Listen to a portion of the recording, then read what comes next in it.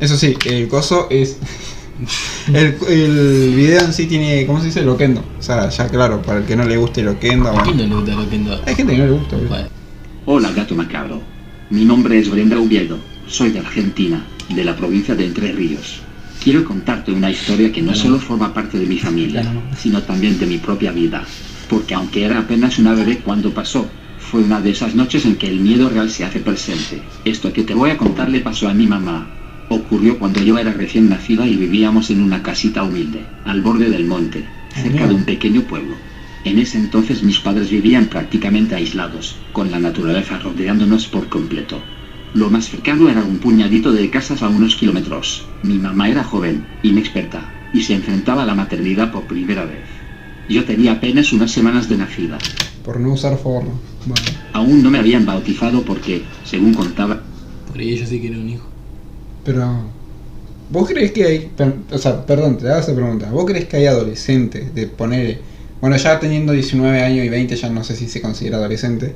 Pero ¿vos crees que hay gente que todavía no tiene un trabajo fijo y no tiene un estudio y todo, que quieran realmente tener un hijo? Al no tener una casa, al no tener la vida que quieren tener. ¿Vos crees que hay gente que quiere realmente? Es buena esa, es verdad. Mamá y papá te tuvieron a vos cuando tenías 18 años, boludo.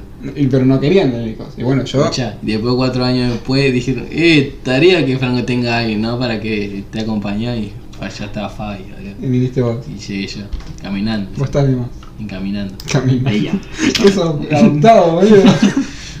Esperando que llegaran unos familiares del sur. Decían que el bautismo era algo especial. Esa espera, aunque bien intencionada, fue un error. Porque en nuestra tierra hay algo que todos conocen, el lobizón. Y según las historias, es un ser que me rodea durante ciertas noches del mes, en especial los martes y viernes por la noche. Se dice que es el 7º hijo varón de una familia, que carga con una maldición ancestral, que su cuerpo se retuerce, que su alma se parte, y que termina convertido en una criatura. Boludo. Matela. Sos el segundo y somos 4 hermanos, boludo. Dejate de joder. Mitad hombre, mitad bestia. Un perro enorme, de pelaje grueso, oscuro y sucio, con un olor nauseabundo. Sus ojos son como brasas encendidas. Es raro, se dice y que tiene un posta hambre que no existe. se sacia. Se alimenta de carroña, de excremento, de restos de cementerio. ¿Cómo? Lobiculón. El lobizón. Dicen que posta y que hay mucha gente que lo vio, boludo. O sea, entonces yo creo que existe. Pero lo que más busca, lo que más desea, son los bebés no bautizados. Esa noche, Eso mi ya mamá para dormía mí. profundamente. Mi papá también dormía, pero algo lo despertó. Era un sonido bajito, como si yo llorara. Se levantó confundido, pensando que tenía hambre y que necesitaba cambiarme. Fue al cuarto y me encontró en la cuna, dormida profundamente, como si nada. Mi mamá cuenta que él la sacudió con cuidado. Le dijo que me escuchaba llorar, pero que yo estaba dormida. En ese momento, antes de que pudiera decirle algo más, los perros del barrio comenzaron a ladrar como locos. Era un ladrido de terror, de esos que uno se da cuenta que algo no está bien, algo que se acercaba desde el monte. Luego vino el olor. Mi mamá me lo describe como si la muerte misma hubiera entrado en la casa. Un olor a podrido, a excremento. Tuvo que taparse la boca con la mano porque sintió arcadas. Mi papá cerró la puerta del cuarto. Entonces lo escucharon. Una respiración exaltada, como si fuera un animal enorme jadeando de furia. No sabían de dónde venía. Fue ahí cuando mi mamá lo supo. No había duda. Era el lobizón. Mi madre entró en pánico, pero no se dejó vencer. Me cargó en brazos. Yo seguía dormida. Mientras tanto, mi papá recorría la casa asegurando ventanas. Y en medio de ese caos, mi mamá recordó lo que su abuela le decía cuando era niña. Si alguna vez ves al lobizón, solo reza. Reza fuerte, con fe. Dile 3 Padres Nuestros y que Dios te guíe. Ella no lo pensó 2 veces. Me apretó contra su pecho. Cada palabra era una súplica, un escudo. Mi papá se quedó a su lado, en silencio, con un machete en la mano, aunque sabía que eso no iba a servir contra lo que estaba allá afuera. En un momento, la respiración cesó. Mi mamá no dejó de rezar. Ni un segundo. Así estuvieron hasta los primeros rayos del sol. La luz trajo calma. Los perros dejaron de ladrar. El olor desapareció. Cuando se animaron a salir, mi mamá dice que no había nada, salvo unas marcas en la tierra. Huellas como de perro, pero deformadas. Y algo aún más inquietante, en la ventana, justo frente a mi cuna una pequeña tela rasgada, como si alguien hubiera intentado meterse. No esperaron más. Me envolvieron en una manta y me llevaron a la iglesia del pueblo. Ese mismo día, al mediodía, fui bautizada.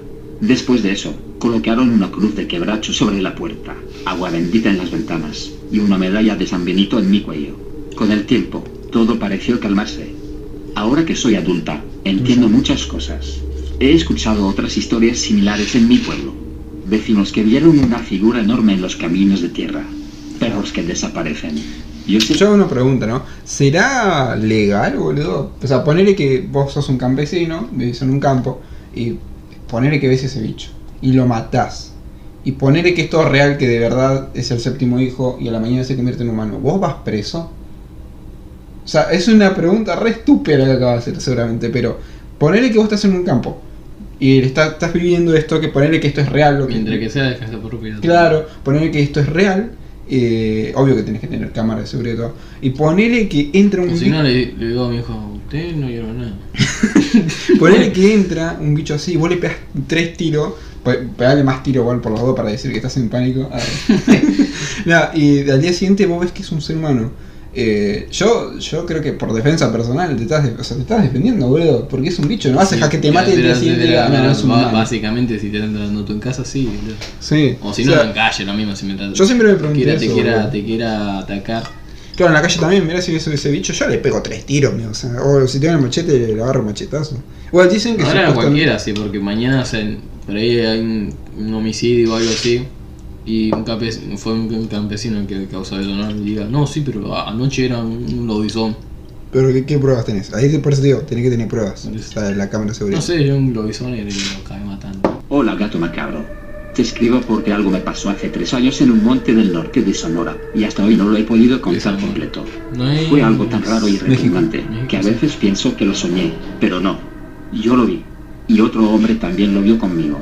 Lo juro por mi madre, por mi escopeta y por todo lo que me queda de dignidad. Yo soy cazador desde los 17. No por gusto, sino por necesidad. Vengo de familia pobre, y mi abuelo me enseñó a rastrear, a esperar y a guardar silencio.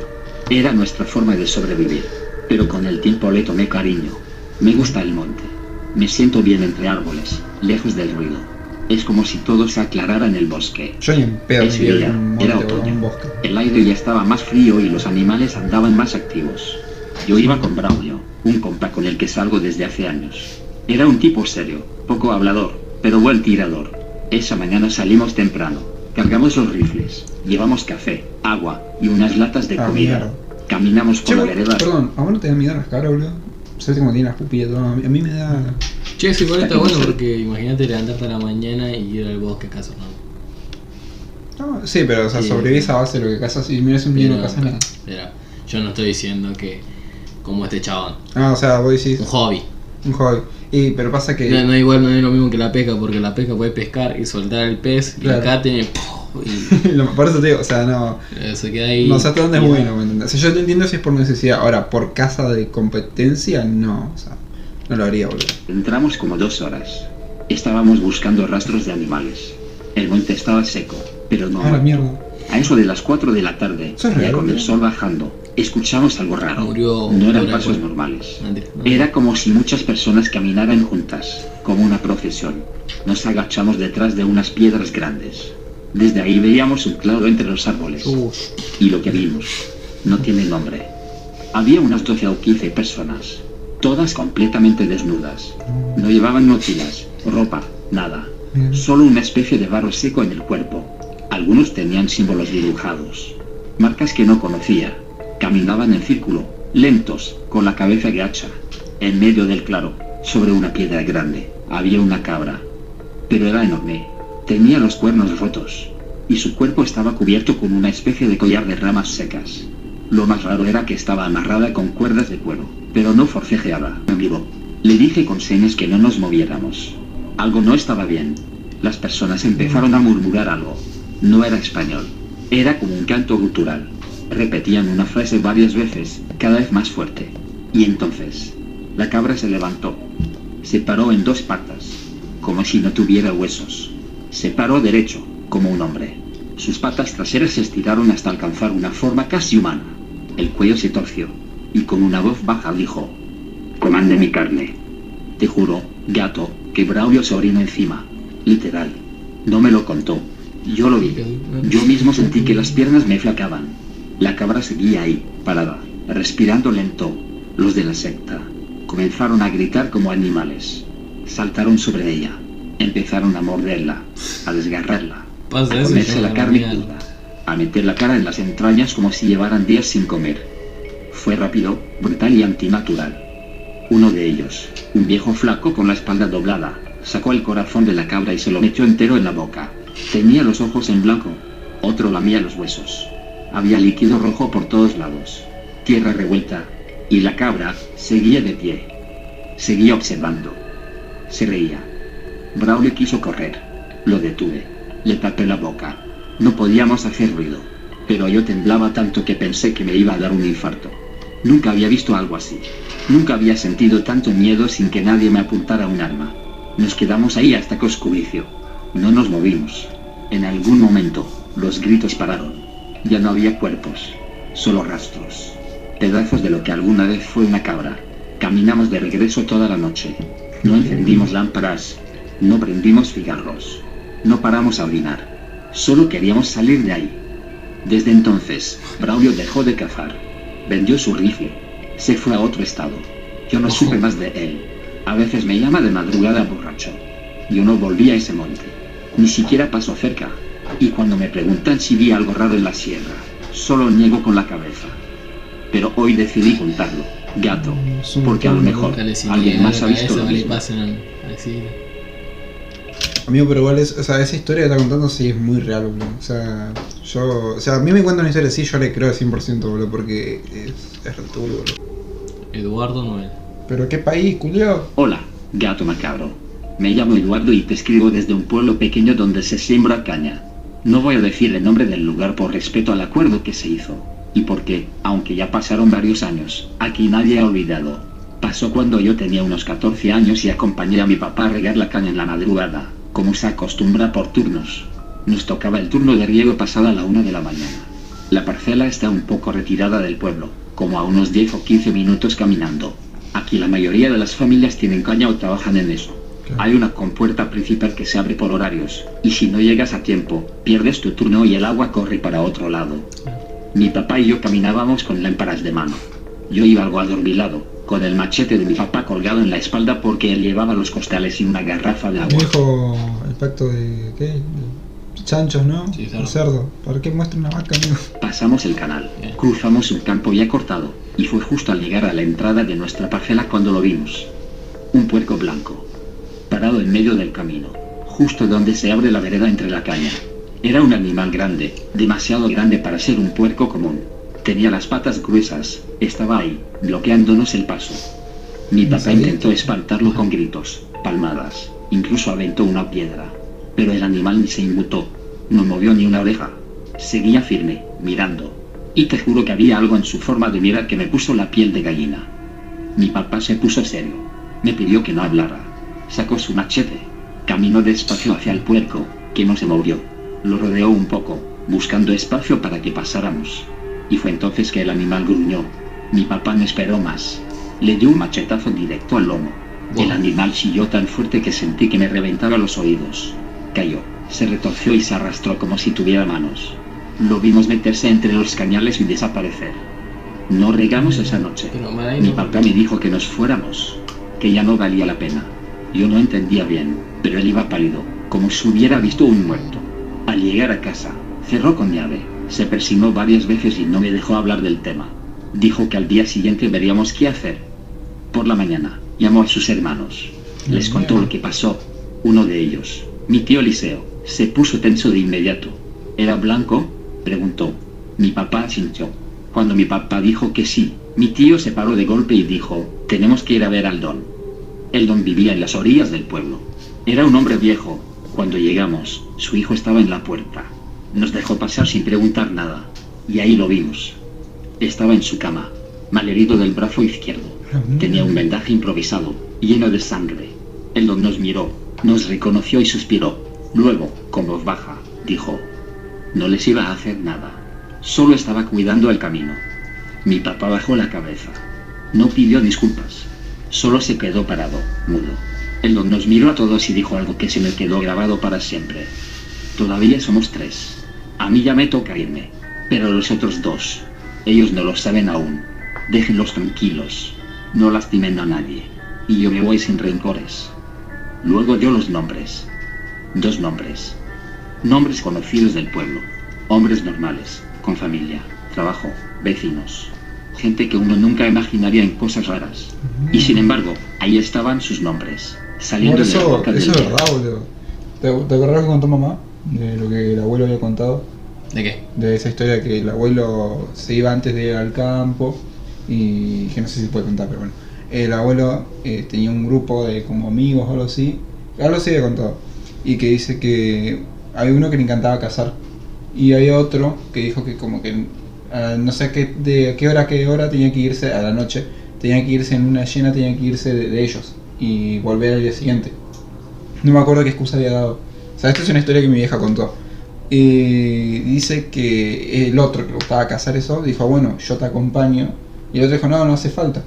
Bueno, salió una hora antes, un día en el campo de luna llena, ¿no? Y dice que el otro, el que cazaba, no lo siguió, pero esperó un rato y después se fue a cazar. Y dice que cuando volvió con un jabalí. Y bueno, dijo que primero lo que iban a hacer era cortarlo a la mitad o algo así, y como carnearlo para el día siguiente. Y bueno, dice que ellos empezaron a carnearlo, todo qué sé yo, y lo colgaron, o sea, lo colgaron así, no me acuerdo cómo mierda contó, pero dice que lo habían colgado en un par de ramas, qué sé yo. Y el día siguiente cuando se despertaron era el chabón. O sea, era el... No sé si mamá había contado eso, boludo, ya hace rato. Ni me acuerdo. O sea, no me acuerdo bien si era que el abuelo vivió eso o el abuelo contó eso de sus amigos, pero de que era cercano al abuelo, era cercano. Pero, o sea, a lo que veis que sí, que hay gente que está como maldita y se convierte en cerdo.